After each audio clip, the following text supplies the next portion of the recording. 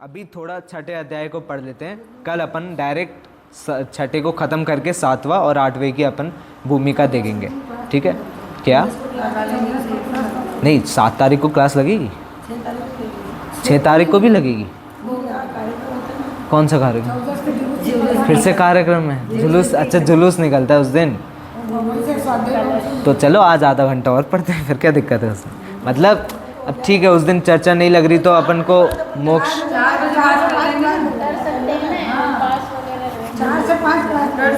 वो आधे घंटे और क्लास के लिए बोला तो डर के आपने बोला क्या कि 4 से 5? नहीं अभी भी 4:15 हाँ, अभी तो लेट ही चालू हुई थी क्लास, अभी तो अपनी हुई भी नहीं होगी, कुछ आधे घंटे की हुई थी, है ना? तो लेकिन ठीक है, उस दिन भी फिर अपन देख लेंगे चर्चा अपनी उस दिन भी, लेकिन होनी चाहिए। ठीक है, 6 और 7 तारीख। 7 को तो वैसे ही मैं शाम को जा रहा हूँ, तो दोपहर को तो मैं ले ही सकता हूँ, 3 से 4 1 घंटा मैं ले सकता हूँ। पैकिंग मैं रात को ही कर लूँगा, इतना मेरा कुछ फैला भी नहीं है, बहुत सिंपल ही, कुछ उसमें करना नहीं। और ट्रेन भी जावरा से ही है, मतलब पास में चल के ही मैं स्टेशन पे पहुंच जाऊंगा, अपन को बिल्कुल भी दिक्कत नहीं है। 7 तारीख को अभी अपनी क्लास लगेगी, ठीक है? 11:30 चलो अब छठे अध्याय पे अशुभ आश्रव पे आते हैं। जयपुर से थोड़ा पीछे आ जाते हैं।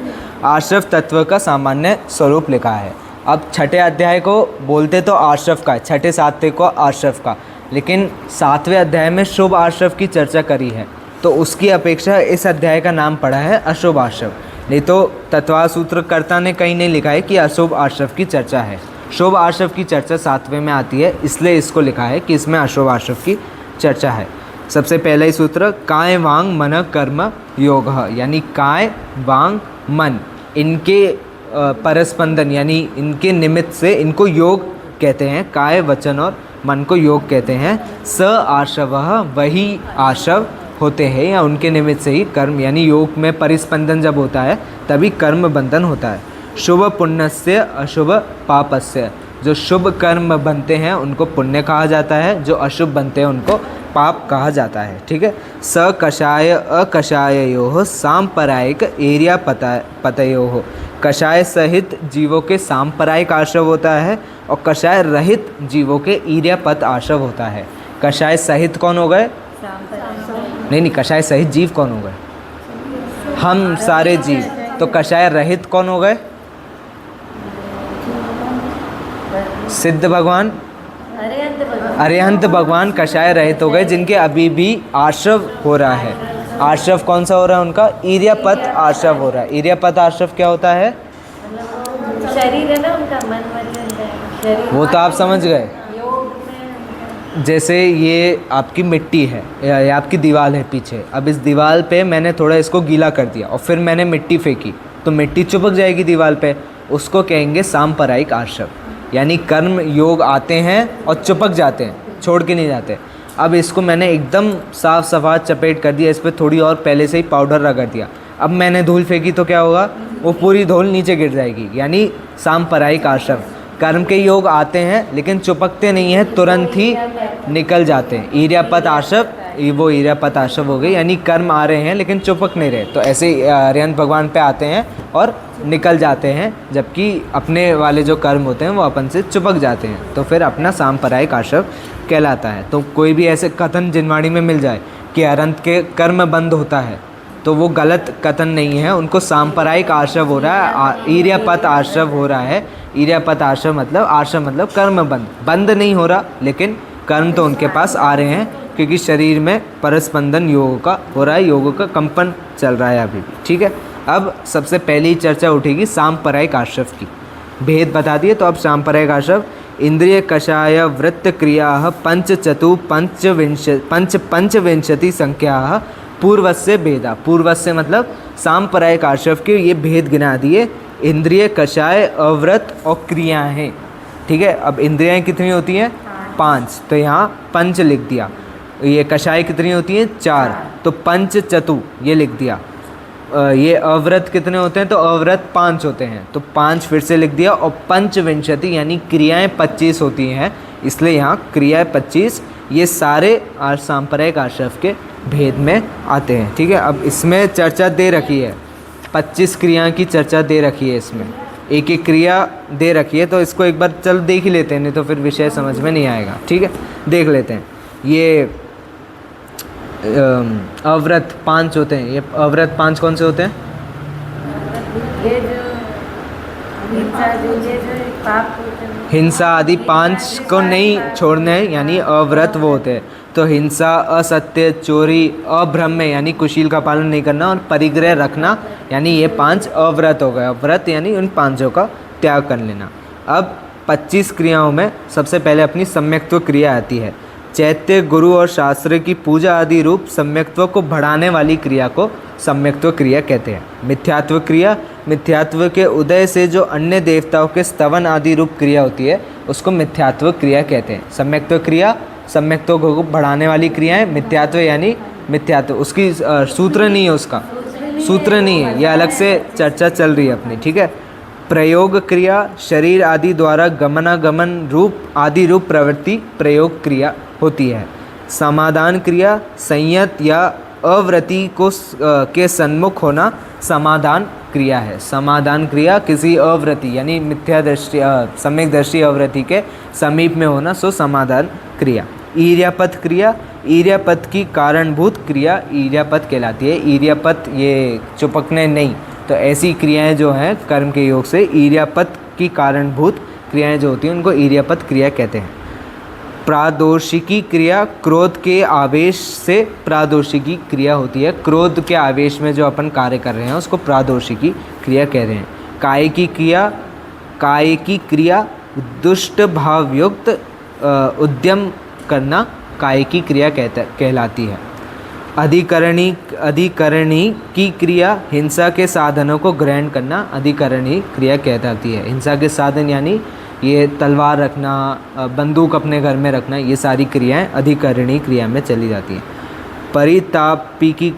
पारितापिकी क्रिया, जो दुख की उत्पत्ति का कारण है वह पारितापिकी क्रिया है।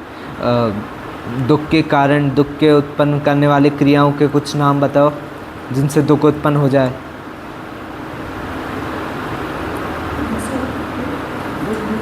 दुख उत्पन्न करने वाली क्रियाएं बहुत सारी हो जाती है। अरे बहुत सारी हो जाए तो एक आधी बता दो, मैं बहुत सारी थोड़ी ना मांग रहा। पर को अपना मानना ठीक है, वो तो आपने अध्यात्म से बता दिया। दिनचर्या में से दुख को उत्पन्न करने वाली क्रियाएं, जो चार काम नहीं हुआ तो वो भी एक दुख है। ठीक है। कोई प्रमादवश कुछ कार्य नहीं करा और फिर उससे बाद में वो कार्य पूर्ति नहीं हुई तो दुख उत्पन्न हुआ, तो दुख को उत्पन्न करने वाले कार्य। कल ही शायद आपको ही बता रहे थे वो शाश्वत भैया, ये जब रोग हो कोई और रोग में जो क्रिया करने बोली है वो आप नहीं कर रहे तो वो भी हिंसा में चली जाती है, शरीर के प्रति हिंसा में जाती है, अधर्म में चली जाती है। तो मतलब दुख को उत्पन्न करने वाली क्रिया है।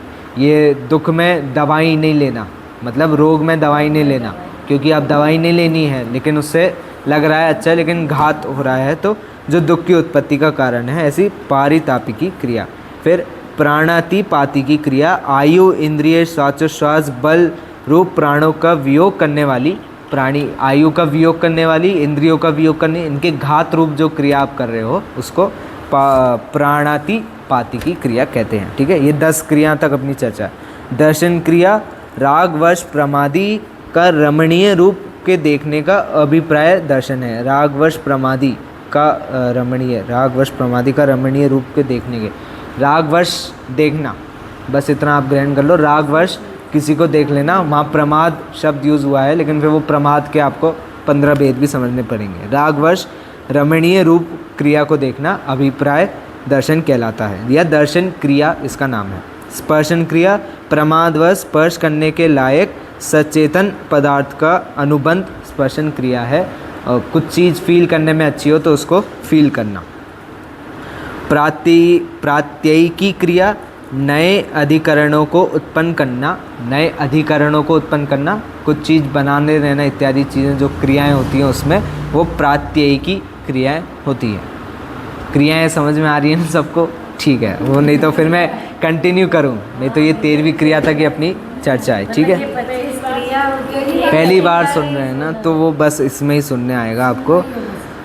समानतानुपात क्रिया, स्त्री पुरुषों और पशुओं के जाने आने, उठने और बैठने के स्थान में भीतरी मल का त्याग करना ये जहाँ मुनिराज इत्यादि की जो क्रियाएं ये लोग जंगल में करना है इनका, तो वो इस क्रिया में चले जाता है, समन्तानुपात क्रिया। ठीक है।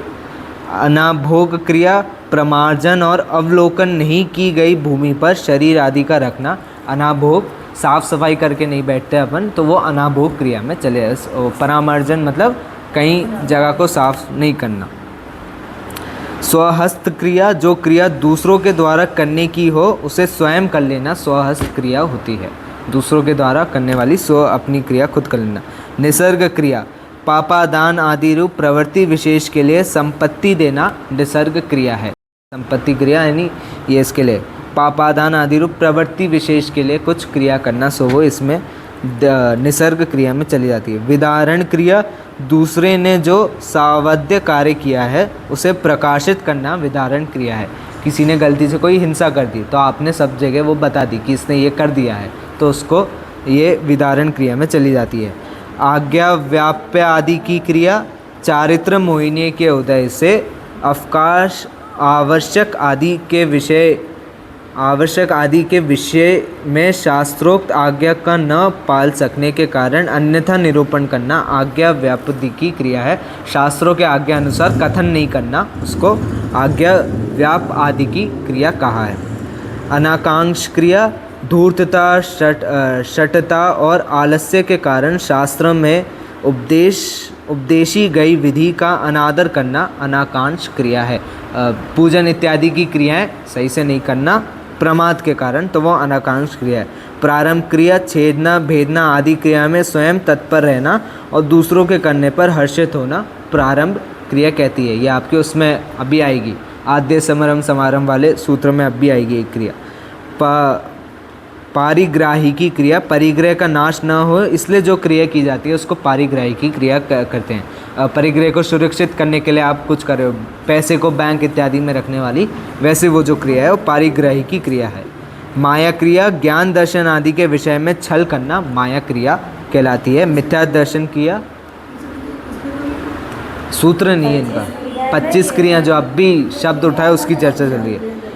मिथ्या दर्शन क्रिया, मिथ्या दर्शन के साधनों से युक्त पुरुष को प्रशंसा आदि के द्वारा दृढ़ करना कि तू ठीक करता है, उसको मिथ्या दर्शन क्रिया कहते हैं। ये अपनी पहले आई है मिथ्यात्व क्रिया, उससे स्वयं मिथ्यात्व का पोषण करना। और मिथ्या दर्शन क्रिया यानी कोई जीव सामने ही मिथ्यात्व दिख रहा है और तुम उसको प्रोत्साहित कर रहे हो, वो मिथ्या दर्शन क्रिया है। और अंतिम अप्रत्याख्यान क्रिया, संयम का घात करने वाले कर्म के उदय से त्याग रूप परिणाम का न होना अप्रत्याख्यान क्रिया है। त्याग इत्यादि मतलब नहीं करना, संयम का न पालन करना, वो अप्रत्याख्यान क्रिया में चली जाती है। अप्रत्याख्यानावरण कर्म में भी आ जाते हैं ना, 4 कर्म अपने कौन कौन से होते हैं? अनंतानुबंधी, अप्रत्याख्यानावरण, प्रत्याख्यानावरण, संजोलन। अप्रत्याख्यानावरण का मतलब ही है प्रत्याख्यान यानी जिससे संयम ना पाल सके, जिससे त्याग ना हो सके, तो उसके अभाव में पंचम गुण स्थान अपन को होता है। ठीक है, वो अलग बात है अपनी। 6वें पे आते हैं आश्रव की विशेषता।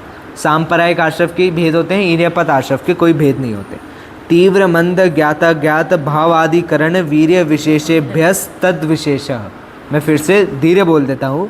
तीव्र मंद ज्ञात अज्ञात भाव अधिकरण वीर्य विशेषेभ्यस तद विशेष।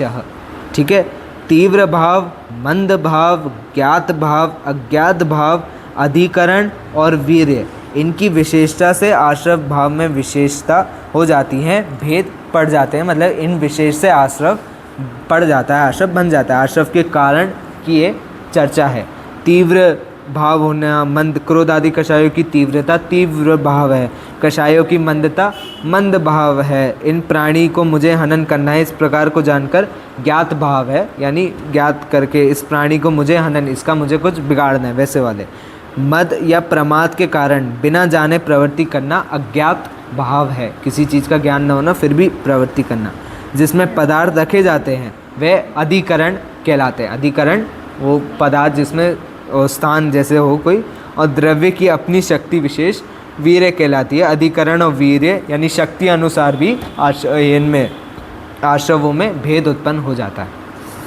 ठीक है, अब एक एक की तो चर्चा नहीं है, लेकिन इसमें जो अधिकरण शब्द आया है उसकी चर्चा आगे कहते हैं कि अधिकरण क्या होता है। आश्रव भाव में होने वाली विशेषताओं की चर्चा उसमें अधिकरण की चर्चा आपकी आएगी। अब इसमें चलो वो 8वें जब सूत्र आएगा तब मैं बताऊंगा उसको। अधिकरणम जीवा जीवा, आश्रव के आधार जीव और अजीव होते हैं। इस प्रकार अधिकरण 2 प्रकार का कहा गया है, जीवाधिकार और अजीव अधिकार। मतलब इनके कारण आश्रव हो सकता है, निमित्त की अपेक्षा अजीव पदार्थ और जीव स्वयं इसमें अधिकरण हो रहा है। ठीक है। अब ये मालाएं अपन कायोत्सर्ग करते हैं पूजन के बाद। कायोत्सर्ग में नियम है 9 बार नमोकार मंत्र बोलने का। 9 बार नमोकार मंत्र क्यों बोलते हैं? ये समरम समरम। अच्छा वो तो आप देख के बोल दिया। 108 बार भी इसी के लिए माला जपने वाले में जो होते हैं। तो 9 तो सिर्फ सूत्र में आद्य समरम समारंभ लेना, फिर जब आप सारे भेद प्रभेद को लेते हो तब 108 बन जाता है। आद्यम समरम समारंभ आरंभ योग कृत कारित अनुमत कषाय विशेषै स्त्री स्त्री स्त्री चतुश्चैक्षः। आद्य यानी आरंभ के यानी जीवादिकरण के 108 प्रकार होते हैं। कौन से? आद्य समारंभ समरम समारंभ आरंभ। समरम मतलब सोचना विचार करना, समारंभ मतलब जुटाना, और आरंभ यानी स्टार्ट कर देना। ये 3 प्रकार हो गए। आद्य समरम समारंभ, आद्य समरम समारंभ आरंभ। योग, योग में 3 मन वच का है तो योग, कृत कारित अनुमोदना। कृत यानी करना, कारित यानी करवाना, और अनुमोदना यानी जिससे करवा रहे हो उसकी प्रशंसा करना। तो कृत कारित अनुमोदना ये 3। एवं क्रोध मान माया लोभ, जो कषाय आई है उससे क्रोध मान माया लोभ। तो आपके ये 4 हो गए। 3 × 3 × 3 × 4 आपका 108 कर्म का योग बन जाता है। वो जो जीवादिकरण आश्रम में आते हैं और इनसे जीवादिकरण होता है। तो उस दिन ये 5 तारीख को आपका कार्यक्रम हुआ था ना, शायद उसी की वजह से कक्षा नहीं लगी थी उस दिन। ये 5 उपवास किसी ने रखे थे, तो उसको क्या कहेंगे अपन? अनुमोदना कहेंगे। उस कार्य की अपन अनुमोदना कर रहे हैं। ठीक है। और फिर जैसे मैं मंत्र पढ़ते हूँ और आप चढ़ाते हो तो कृत वो कारित में चले जाएगा, मैं आपसे करवा रहा हूँ स्वाहा इत्यादि कार्य। तो ये आपके दैनिक जीवन में भी आ जाते हैं, कृत कारित अनुमोदना। आप देख सकते हैं कहाँ कहाँ क्या कर रहे हैं। तो अनुमोदना की चर्चा बहुत विस्तृत आ जाती है, हर जगह अनुमोदना लग जाती है। आपके छोटे छोटे कार्य से अनुमोदना हो जाती है। आपको किसी चीज़ का ज्ञान नहीं है तो विशेष तो यही रहता है कि आप उसको किसी के सामने मत करो जिससे अनुमोदना ना हो उस कार्य की। जैसे कि अभी प्रसंग घटा था मेरे साथ शुरुआत के साल में, मुझसे पूछा था किसी ने कि ये हमारे यहाँ पे इंटरकास्ट किसी की मैरिज हो रही है तो हमें जाना चाहिए कि नहीं जाना चाहिए। तो मैंने बोला कि अगर मैंने भी फिर चर्चा करके ये बोला था कि अगर इंटरकास्ट मैरिज दिन 2 लोगों की हो रही है, अगर उनके पूरे परिवार में किसी को कोई आपत्ति नहीं है तो फिर कोई दिक्कत नहीं है, आप जा सकते हो। क्योंकि अगर उनने नहीं करी है तो फिर आप क्यों बीच में आ रहे हो? आपको बुलाया है तो आप चले जाओ, फंक्शन जैसे अटेंड कर लो उसको। तो अंत में वो गए ही नहीं। और फिर जब मैंने उनसे पूछा कि भाई क्या हो गया था, तो उन्होंने बोला हमें अनुमोदना का डर लग रहा था, हम किस चीज़ की अनुमोदना कर रहे हैं। तो यहाँ तक अनुमोदना का चले जाता है कि आप किस चीज़ में अनुमोदना, मतलब आपको देख के फिर कोई और व्यक्ति कर रहा है तो उसको अनुमोदना कहते हैं। क्या? छोटी छोटी चीज़ों से अनुमोदना हो जाती है। हाँ, तो जैसे ये अभी आप लोग सिटी के मंदिर की कह रहे थे ना मुझसे, जो भी लोग कह रहे थे वो अनुमोदना में आ गई कि सिटी के मंदिर बहुत अच्छे हैं, सो वो अनुमोदना। और फिर बुरे रूप में भी भाई वहाँ के लोग धूप इत्यादि चढ़ाते हैं तो उनके धूप के कार्य की आपने बताई मुझे कि वो ऐसे करते हैं, सो वो भी अनुमोदना में चला गया, आपने बताया मुझे। ठीक है। लेकिन अनुमोदना यूजुअली प्रशंसा इत्यादि रूप में चले जाता है। अनुमोदना गलत कार्य प्रेरित आप कर रहे हो किसी को,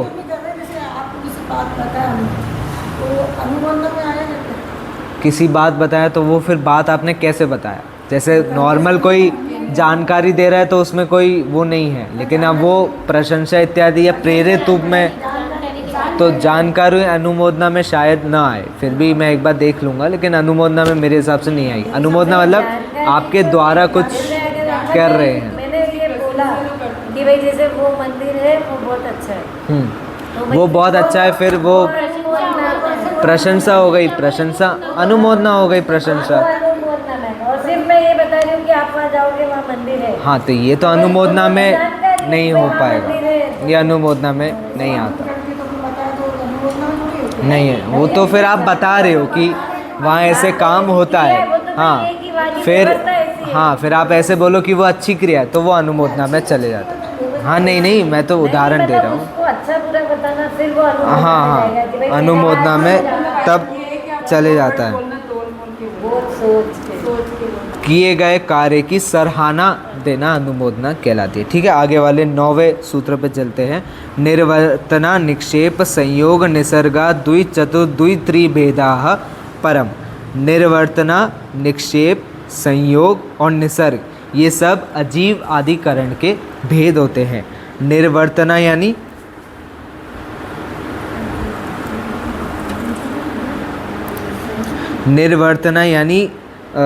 रचना, बनाना, चीज़ों को बनाना। तो अजीव, क्योंकि अजीव की चर्चा चल रही है तो वो निर्वर्तना यानी बनाना।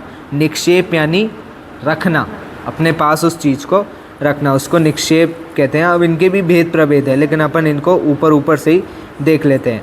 अनेक वस्तुओं के मिलाने को संयोग कहते हैं, मिला के चीज़ें रखना उस।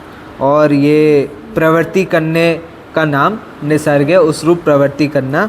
उसके भी फिर मन, वाणी और काय से निसर्ग आ जाते हैं। तो मन निसर्ग, काय निसर्ग, ये मनो निसर्ग, वाणी निसर्ग और काय निसर्ग, इसकी चर्चा मिल जाती है। इससे मैंने बता दिया कि मन की दुष्ट प्रवृत्ति सो मन निसर्ग, काय की दुष्ट प्रवृत्ति सो काय निसर्ग और वचन की सो वचन निसर्ग, ऐसे इसके भेद आ जाते हैं। ठीक है, ये अजीवादिकरण और जीवादिकरण आश्रव की अपनी चर्चा हो गई। जीवादिकरण अजीवादिकरण आश्रव कहाँ से निकला ये प्रकरण? आश्रम के कारणों से निकला। ये तीव्र मंद ज्ञाता ज्ञात, इसमें अधिकरण शब्द आया, इससे अधिकरण के 2 भेद निकले, जीवाधिकरण अजीवाधिकरण। जीवाधिकरण के 108 भेद निकले, आद्य समरम समारंभ वाला सूत्र, और फिर अजीवाधिकरण के निर्वर्तना निक्षेप ये वाला सूत्र अपना निकला, और ये अपनी अजीवाधिकरण की चर्चा थी। अब आश्रव यानी कर्म, कर्म यानी जो आ रहे हैं, तो अब घाती अघातीय कर्मों की चर्चा होगी, जिसमें सबसे पहले इनके कारणों की चर्चा इसमें करी गई है। बाद में आगे जाके 7वें में मेरे हिसाब से उसकी ये कितने टाइम के लिए बनते हैं उसकी चर्चा होगी, इनसे निर्वर्तना, इनसे निकलना कैसे उसकी। लेकिन यहाँ तो कारण यानी किन किन कार्यों से ये कर्म बंध जाते हैं आपके, ये इम्पॉर्टेंट है क्योंकि ये डेली लाइफ के हिसाब से अपन को दिखने में आ जाता है। दर्शनावरण और ज्ञानावरण इन दोनों के आश्रव एक ही हैं, तो दोनों का सूत्र भी एक ही है आपके 10वें नंबर का। तत्प्रदोष निन्नव मात्सर्य अंतराय साधन उपघात ज्ञान दर्शन आवरणयो हो। तत्प्रदोष यानी ज्ञान दर्शन के विषय में प्रदोष, निन्नव, मात्सर्य, अंतराय, आसाधन और उपघात पैदा करना आपके ज्ञान दर्शन यानी ज्ञान पे आवरण लाता है और दर्शन पे आवरण नामक कर्म बनता है। ठीक है, प्रदोष का मतलब जलन भाव होना किसी से, या जिस ज्ञानी व्यक्ति से जलन भाव होना, ईर्ष्या भाव होना, मोक्ष के साधनभूत दर्शन व तत्व ज्ञान के उपदेशक से ईर्ष्या भाव रखना प्रदोष कहलाता है। ठीक है, अब इसके मैं ज़्यादा उदाहरण नहीं दे रहा, लोक में प्रचलित है, सो आप उसको समझ लेना कि कहाँ किस में लग जाता है। निन्नव मतलब छुपाना, आपने किसी चीज़ को किसी गुरु से समझा और उस गुरु का नाम छुपा दिया आपने, मतलब आपसे फिर पूछा कि आपने ये बात कहाँ से सुनी, तो आपने बोला मैं तो पढ़ी थी या मैंने ऐसे ही अपने चिंतन से बोली। वो निन्नव यानी उनका नाम छुपाना या शास्त्रों तक का नाम छुपाना, ये ज्ञान दर्शन या दर्शनावरण कर्म के बंद हो जाते हैं।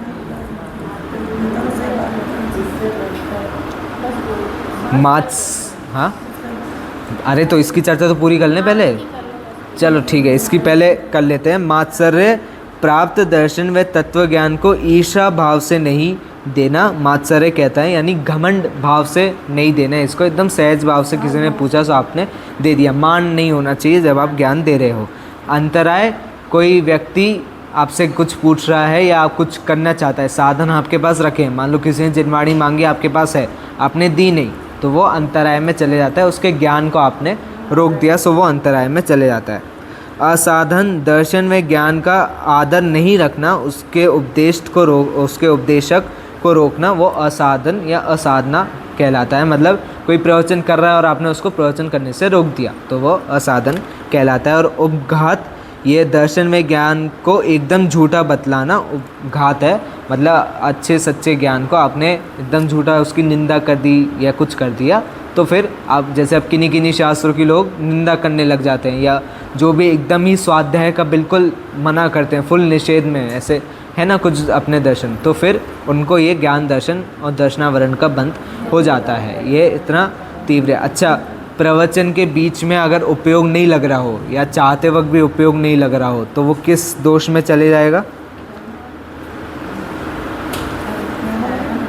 दोनों साधन में असाधन में चले जाएगा। इनकी निंदा करना, जब प्रवचन निंदा कर नहीं रहे लेकिन प्रवचन सुनते वक्त यदि उपयोग नहीं लगा रहे चाहते पूर्वक, तो मतलब आप सामने प्राप्त दर्शन की निंदा कर रहे हो, उसकी महिमा नहीं है, तो फिर ज्ञान दर्शन पे दर्शनावरण या ज्ञानावरण कर्म का उदय बन जाता है। ज्ञानावरण कर्म के उदय से क्या होता है? ये क्षयोक्षम ज्ञान जिनका भी कम है वो ज्ञानावरण कर्म के उदय से है, और जिनका भी दर्शनावरण बहुत कम है उनका ये दर्शन उपयोग बहुत, मतलब दर्शन पे आवरण है। ज्ञान पे आवरण होना मतलब छुपा हुआ ज्ञान है, तो व्यक्ति याद नहीं कर पा रहा, व्यक्ति उपयोग नहीं लगा पा रहा, ये सब ज्ञानावरण के कर्म के उदय से। और जो एकदम ही रट लेते हैं, सब चीज़ें समझ लेते हैं, उनका ज्ञानावरण बहुत अच्छा है, मतलब उनका ज्ञानावरण का बहुत आवरण हट चुका है। तो ज्ञानावरण नहीं बांधना हो तो ये सब अपन को भी रोज़ प्रवचन इत्यादि सारे कार्य में नहीं करने चाहिए। इसमें क्या आगे चर्चा आई है देखो, मूड के हिसाब से एक और ले लो सूत्र, ये अच्छा सूत्र है, अच्छा लगता है मेरे को। वेदनीय कर्म का सूत्र ले लो, लास्ट अपना ले लेते हैं वेदनीय कर्म का। असाता वेदनीय की सबसे पहले चर्चा आई है। दुख शोक ताप आक्रंदन वद परिदेव नान्यात्म परो भय स्थानान्य सद्वेदस्य। सद्वेदस्य दो भेद से इसके भेद हैं, असाता वेदनीय और साता वेदनीय। दुख शोक ताप आक्रंदन वद और परिदेवन। परिदेवन इनमें स्वयं को, पर को और दोनों को करने असाता वेदनीय कर्म का आश्रय बनता। असाता वेदनीय यानी पाप कर्म इनसे बनता है। दुख यानी दुख होने का, दुख करना इत्यादि चीज़ें, तो ये पीड़ा रूप परिणामों को दुख कहते हैं। अपने रूप में पीड़ा रूप परिणाम लेके आना।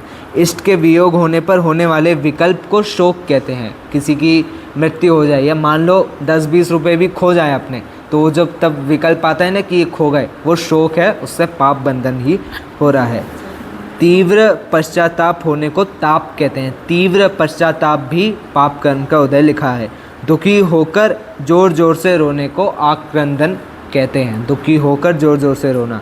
किसी के प्राणों का घात करना वध, ये तो दिख ही रहा है। अत्यंत दुखी होकर ऐसा रुदन करना कि जिससे सुनकर सुनने वाले का हृदय भी द्रवित हो जाए, उसको परिदेवन कहते हैं। खुद भी रो रहे हो, दूसरे को भी रुला रहे हो, अब तुम्हारे डबल कर्म बंधेंगे। ठीक है, अब इसके बाद वाली कौन सी चर्चा है?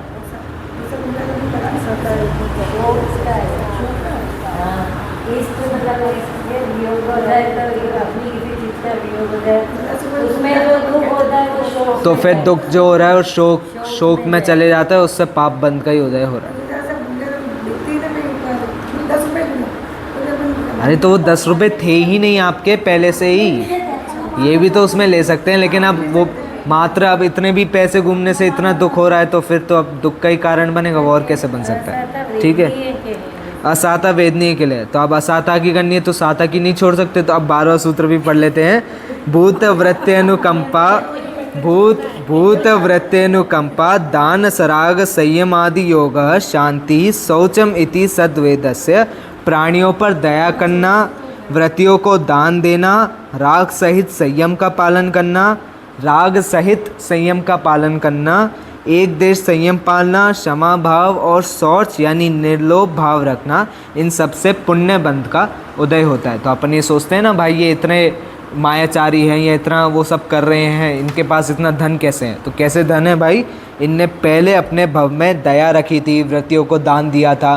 तो ये सामान्य हिंदू में भी जो संत बन जाते हैं, जो एकदम सब चीज़ ब्रह्मचारी जो बन जाते हैं पूरे, तो इनका भी बहुत तीव्र पुण्य ही बंद हो रहा है। तो ये भी सब आपको स्वर्ग में ही मिलेंगे, ये सारे लोग, क्योंकि इनके वृत्तियों का राग सहित संयम रखना, जो अपन संयम रख रहे हैं मिथ्या दृष्टि अवस्था में, वो राग सहित संयम है, उससे भी पुण्यबंध का कारण है, या एक देश संयम भी रखना पुण्यबंध का कारण है।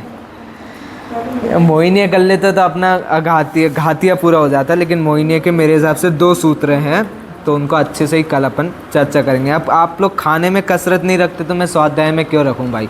पंडित जी आप शाम को भी नहीं खाओगे, सुबह ले लो, सुबह ही सब दे जा रहे हो, तो मैं भी फिर स्वाध्याय में क्यों कमी रखूं? तो इस भावना से अपन भी शीघ्र स्वाध्याय करके मोक्ष प्राप्त करें, इसी भावना से आज की चर्चा ख़त्म करते हैं।